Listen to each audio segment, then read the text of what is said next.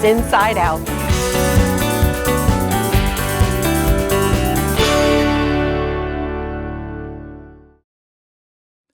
Inside Out is presented by HTC, here to connect. And Magnolia's at 26th for good old-fashioned Southern comfort food, where Mama eats. Can you believe it's November already? Welcome to Inside Out.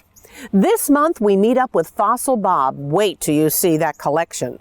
Also, we'll head to the Humane Society of Myrtle Beach, Stella's Ice Cream and Cakes, and the Holmes Farms Market. And even though we're here right now in North Myrtle Beach at their beautiful Veterans Memorial, we begin this month in Myrtle Beach with a brand spanking new salute to World War II veterans. Well, right off the bat, we want to salute all veterans. Veterans everywhere. If you served, we say thank you for your service most sincerely. And that's what this interview is all about. I want you to meet Chris Miller. He works for the city of Myrtle Beach, and it's really interesting because way back when the Air Force Base closed, he was one of 5 people left here to make all of this beauty happen. Oh, it seems like yesterday to me. It does. Time has gone by quickly. And since then, you've created so many beautiful monuments and salutes to the veterans of yesteryear. We have. And, by the wisdom of City Council, this monument came to fruition. Really didn't have an idea of what a World War II monument would look like. Phil Render, City Councilman, kind of led the charge on, we want a monument. The city teamed up with Bolton and Mink Engineering. They're landscape architects. We came up with this design right here, and it's been about a 2 or 3 year process in design. We've started construction, I believe, back in July. We've been in construction with completion probably about 3.5 months. It's on track, it's on schedule, and opening ceremony is November the 9th at noon. Well, there you go. And as you probably know, we're taping this in October, so the monument is not done yet, but this is it. And what are the special features, Chris? One thing that we wanted to do was to recognize Myrtle Beach and what the Myrtle Beach Army Airfield did back in the 40s during World War II. So part of the monument is a salute to the Myrtle Beach area. We have a salute to the state of South Carolina and a lot of the training programs that were done in the state of South Carolina to get the troops ready to go overseas. And then on the far end of the wall, we salute the national war and all the conflicts that took place. So we have a granite wall. We have local pictures engraved in the granite. We have some quotes. We're going to have a sculpture. We have a concrete pad that has the continent engraved on the pad. Look at that, yes. We will have brass markers indicating all the different conflicts that took place during the war. And we also made this a plaza, if you will. So this is all going to be smooth. So in the future, if we ever want to have a ceremony, we can set chairs and have a plaza to actually hold the ceremony. So it's going to serve 2 purposes. One is a monument, but it's also going to be a gathering spot for the community, any veterans organizations. The city has a ceremony. It's a plaza that can be used for it. We have light towers all the way around the monument. Each color indicates the branch of the military. The flags represent the military branches that served during the war.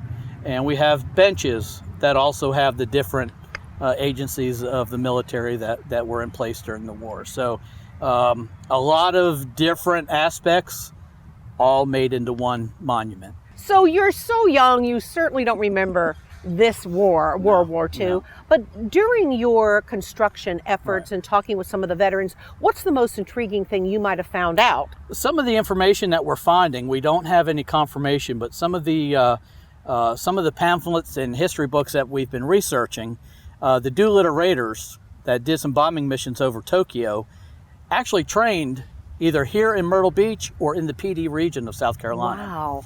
What's really exciting is when you come out here to see all the people from all over the world who are enjoying these monuments and find incredible respect for the city of Myrtle Beach for honoring our veterans. Yes, we have worked really hard to get this monument ready for the November 11th Veterans Day ceremonies. We want to honor everybody.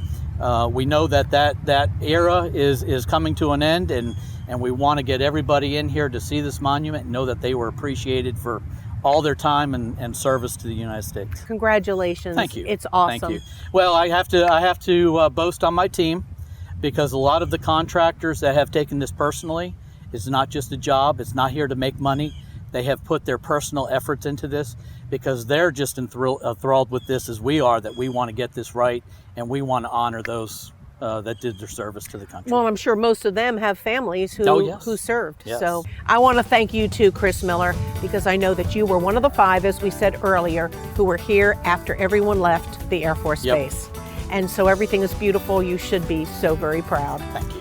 For more information, City of Myrtle Beach website.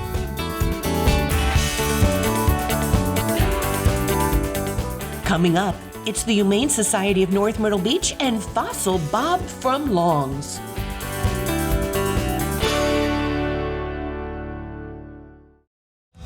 From Murrells Inlet to Marion, from the golf courses to the area's gorgeous beaches, HTC is here to connect you with the largest fiber optic network in the area. We are here to help our communities, here to help you benefit as a member of our local cooperative, and here to empower the moments that are important in your life.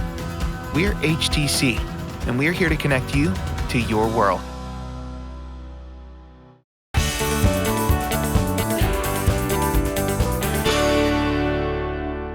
It's fall and it's time to fall in love. So come to the Humane Society of North Myrtle Beach. Meet their executive director, Tina Hunter. And Tina, I guess everyone knows you by now because you've been here how long? I've been here a long time, 26 years. You grew up here, honey. Yeah. And yet things are really finally looking up. You've got some new land. We do. The city of North Myrtle Beach has allocated some land space for us so that we can build a new shelter in the near future. Oh, that is great news. But there's a lot of things you need now in the meantime. Absolutely. We are always in need of volunteers and fosters and obviously financial donations. But the biggest thing that we need right now is for our community to open up their hearts and homes to a shelter animal this fall and fall in love now. Now is the magic word. Now is the magic word. You know, a lot of folks think about adopting a pet at Christmas time, you know, that special Christmas animal. But we really advocate for people to adopt now in the fall when things are a little bit less busy. It's just the perfect time to fall in love. I am falling in love right now with Austin. It sounds like a male name, but she's a female. She's a girl. She's beautiful. And even though you have a lot of cats and kittens here, you definitely have more dogs.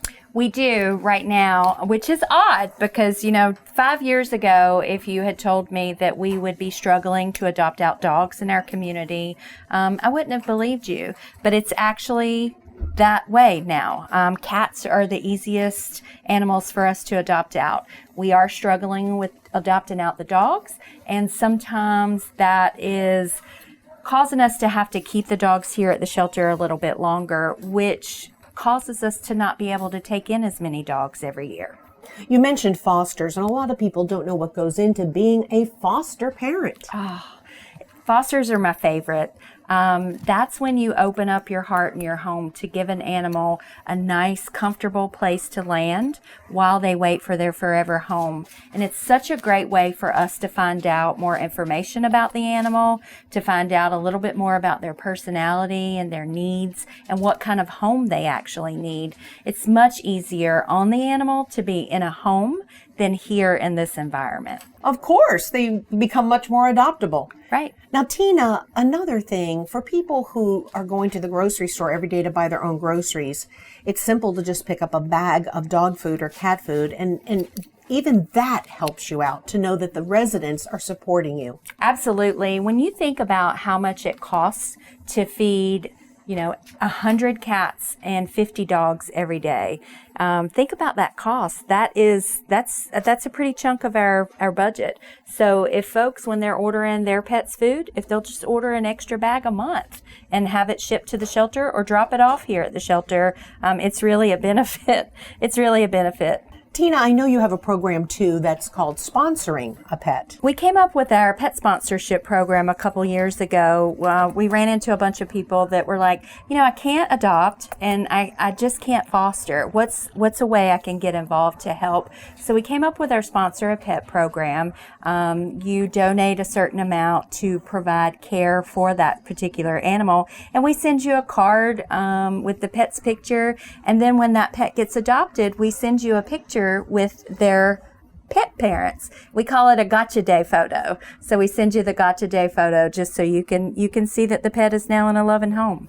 Oh, that sounds awesome. And in wrapping it up, we never forget spaying and neutering and how important that is. Absolutely. If anybody learns anything from me in my lifetime, I hope it's that spaying and neutering your pet is the most important thing you could do to not just help your pet stay healthy, but to help our community not be overburdened. And there's so many resources out there now to help people get that done low cost. And if anybody does need help, please reach out. We're happy to help.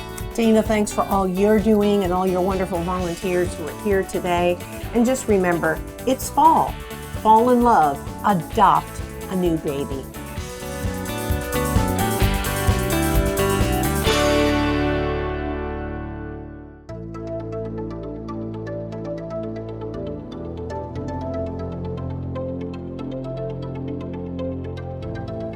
I am feeling so overwhelmed by the most incredible collection of shells and fossils and shark's teeth, lions and tigers and bears. This is my friend Bob Johnson, but everyone calls him Fossil Bob, and you can certainly see why. How did you get into all of this? I don't know, I've just always enjoyed being outside and exploring and everything ever since I was a little kid. And so when I moved to South Carolina, I had a four-wheel drive and I started four-wheeling by the waterway, and I started walking along the edge and started finding stuff that I knew was fossils. And I was fortunate just about the same time that they started the Myrtle Beach Fossil Club and had a big show down at the old Santee Cooper building there. And we all got together, a bunch of us, and started clubs, and then we'd go to mines every weekend all across North and South Carolina, and they let us in these big open pit mines to go through all the overburden that they dug up.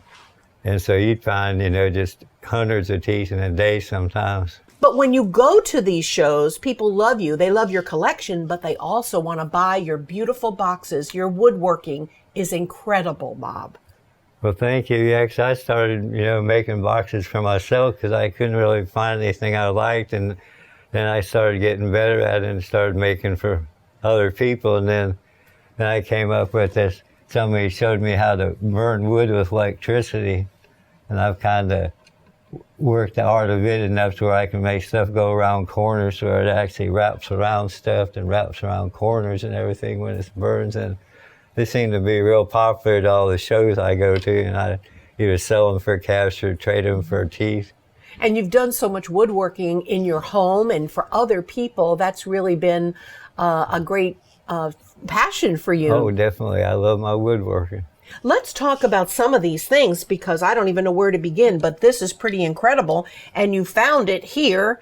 And tell me more. I found that around the North Myrtle Beach possum trot area. That's one whole tooth from a mammoth. It's kind of like most people consider woolly mammoth, but woolly mammoths usually weren't this far south, but it was different, varieties, but that's one complete tooth.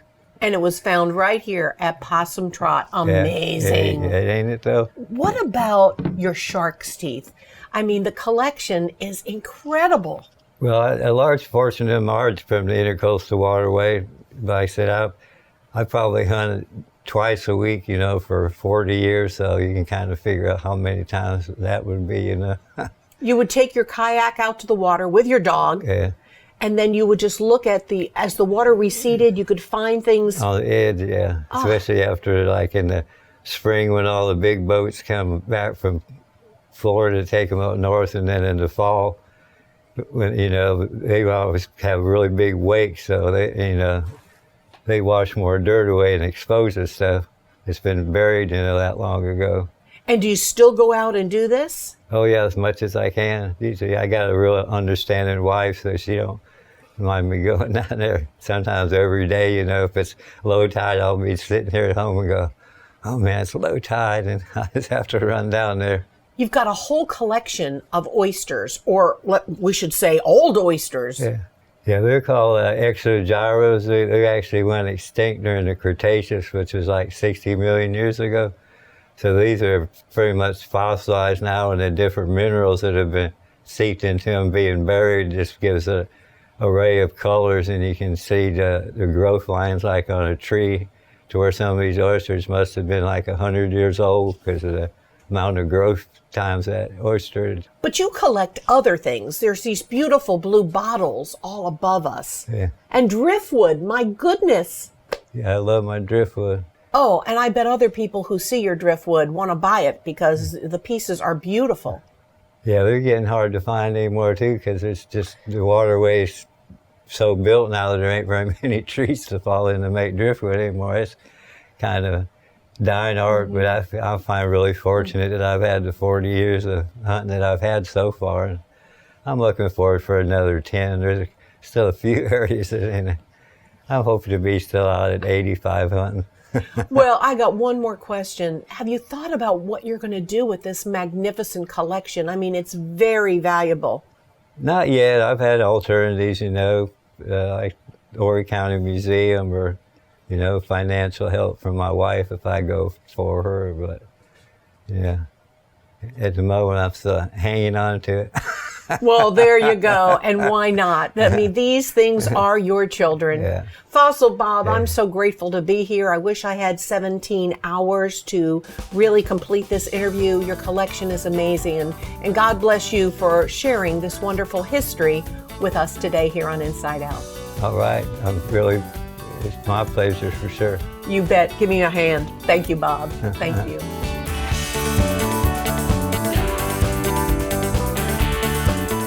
You'll love the Holmes Farm Market in Daisy coming up next.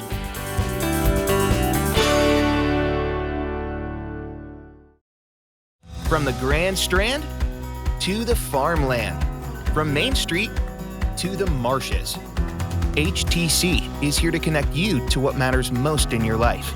We're here to bring people together, here to play, and here to empower our communities with the largest fiber optic network in the area. Go with HTC. We are here to connect you to your world.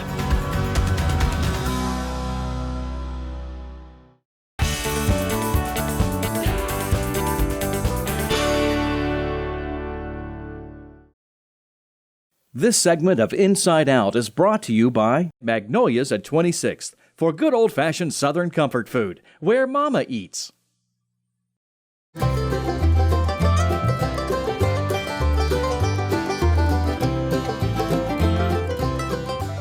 We're in the Daisy community today, right outside of Loris at the Holmes Farms Market.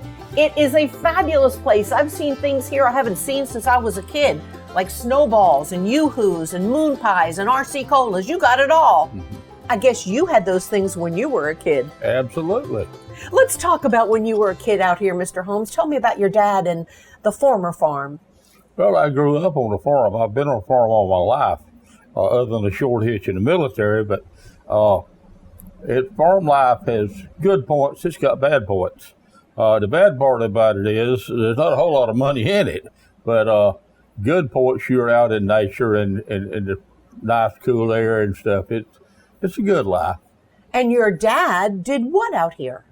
Well, he primarily was a tobacco grower. And then he grew strawberries and Irish potatoes and sweet potatoes and stuff like that. And then I got started into produce in the mid-'80s. We got into a lot of other production, watermelons, cantaloupes, sweet corns, butter beans. Butter beans are one of the bigger sellers, peas, and we grow a wide variety of stuff.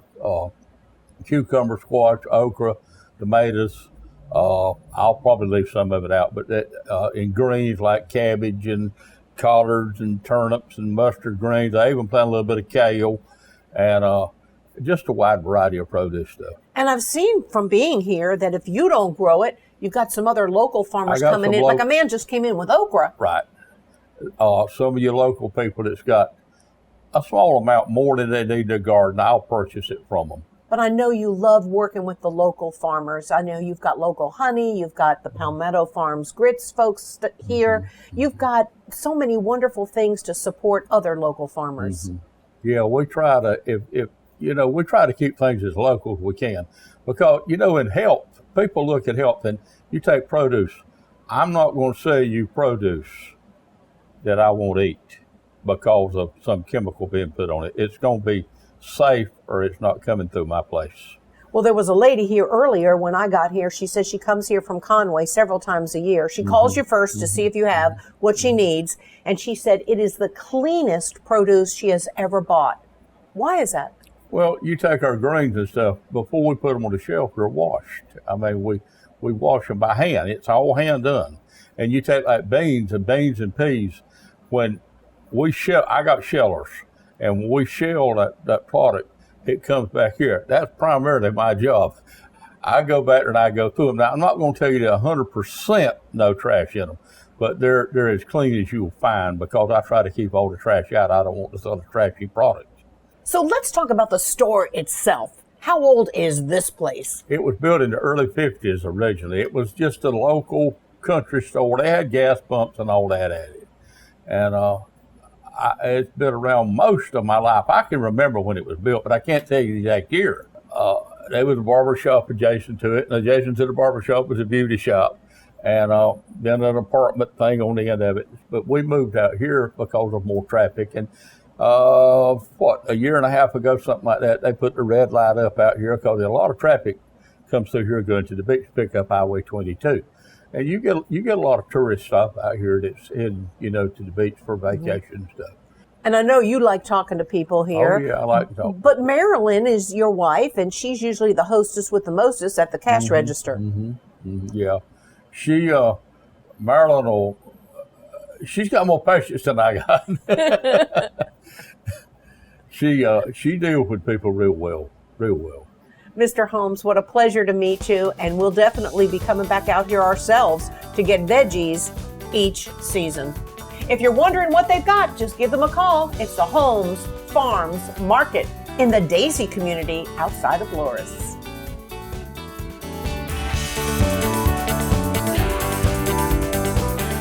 Yummy! Stella's ice cream and cakes, next on Inside Out.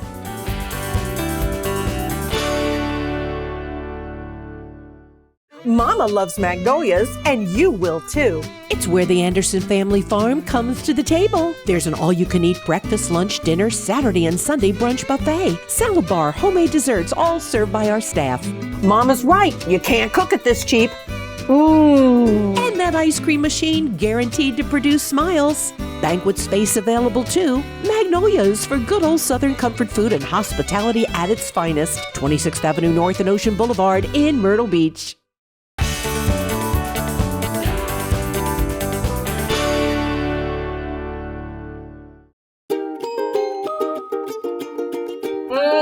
This may be my favorite interview ever because I am an ice cream freak.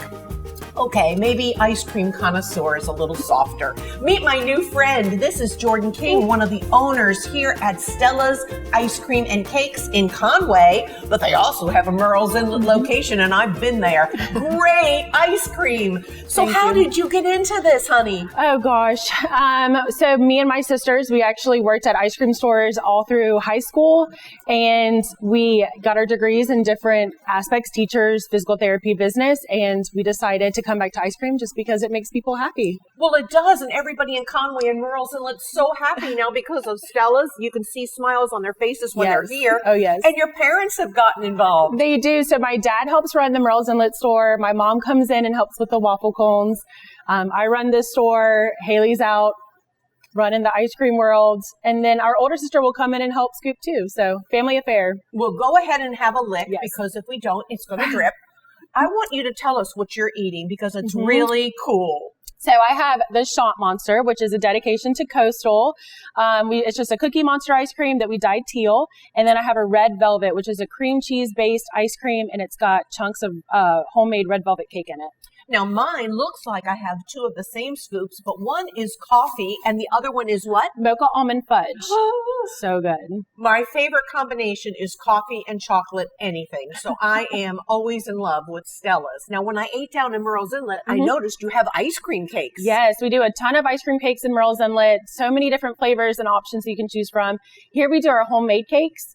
We do chocolate, we do German chocolate, a strawberry crunch, banana pudding. That one is a great seller. Red velvet, cookie dough cake. It's so much fun. All the cakes. Well, even though you're going to be closed on Thanksgiving Day, Yes. people can come in the day before and get a cake Yes. and not have to worry about dessert on Thanksgiving. Yeah. Let Stella's do it. You can order any cake from us. You can do a pint of ice cream, a couple of quarts of ice cream to go. And that way you'll be all set up for Thanksgiving. Well, the other thing, too, is we always have company at Thanksgiving. And what do we do with them the next day? You bring them to Stella's. That's what you do.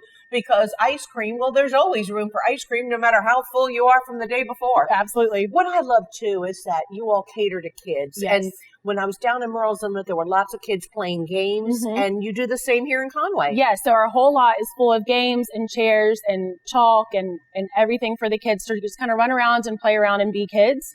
So we do that outside on the lot, and it's a lot of fun just to see them get their ice cream and then go have fun. Oh, I think that's great. Yes. And speaking of kids and young people, go ahead and lick your ice cream. I know that you hire lots of young people, and I love that. The girls down in Murrells Inlet told me they're learning so much about business from all of you. Yes. So our main goal is just to teach them basic job skills and to love their job and to love who they work for. And so I want to know about the other flavors. My husband went nuts over your peanut butter Oreo. So good. That is a fan favorite, our peanut butter Oreo. We have one big dip box that's dedicated to our flavors that we've got year round that never leave us, like our butter pecan, our chocolate peanut butter brownie, our birthday cake.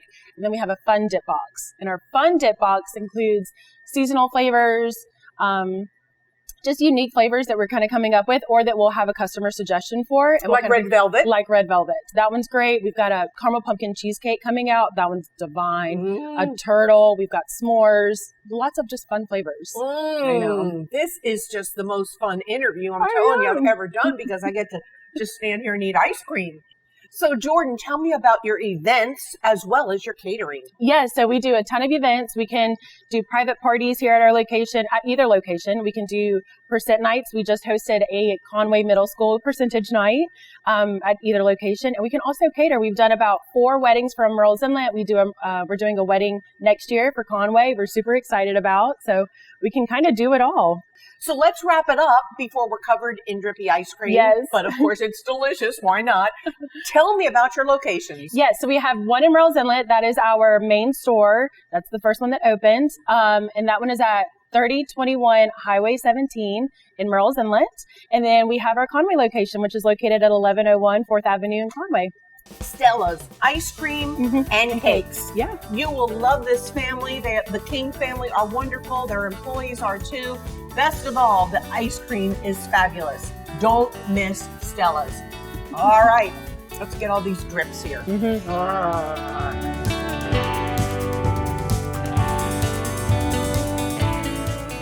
Well, with next month being the Christmas season, you know what I always say, 'tis the season to be jolly. And we're going to have the jolly old man himself right here on Inside Out, so you don't want to miss it.